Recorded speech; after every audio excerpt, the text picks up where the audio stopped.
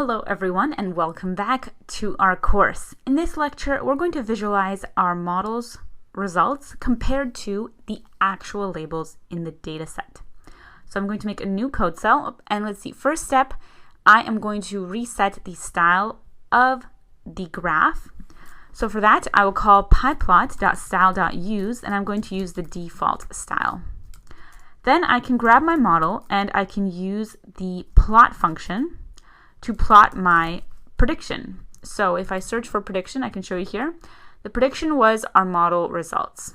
Okay, so when I call model.plot prediction, that is going to show me my data frame as a plot.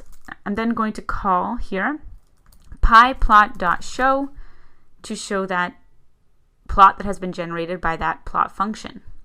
All right, so let me zoom out here and we can take a look. On the y-axis, we have the y, which is the value of the stock. On the x-axis, we have the date. Now, we have the date in yearly increments from 2016 to 2021, just because to show every single date would be very cluttered. The blue line here, that represents our model's results. Then we have the black lines, which are the actual data points. Following that, we have here this blue outline. The blue outline represents the range of data, because you'll notice here in prediction, we had minimum and we had max, or upper and lower. You see here, we have y hat lower, y hat upper. So that is showing us the range. All right, and that is how we can visualize our model. We can also plot different components. For example, we could show daily, weekly, and yearly values. Okay, and we can just do that all at once. Let me make a new code cell. I'm going to grab my model and I'm going to call the function plot components. Then I'm going to pass in here my prediction as the data frame. Then I'll call pyplot.show just to ensure that it shows. And I'll run the code cell. Okay, look at this. We get as a result here 4 different graphs. First, we have the trend. So here we can see the trend of the data in our prediction, including the very end here with the forecast.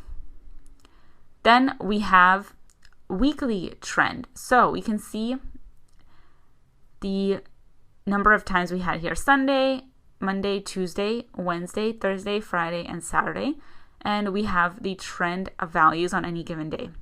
Then we have yearly, picking out here January, March, May, July, September, November, and January. And it's showing us the yearly trend. Then we have the daily trend, going from the average value of the data on a day. So that's how we can plot different components of our prediction. Coming up next, we're going to try a similar tactic, but this time we are going to be using a monthly plot. So I'm going to, this time, instead of using a daily increment, I'm going to use a monthly increment. So join me coming up in our next lecture where we will work on that.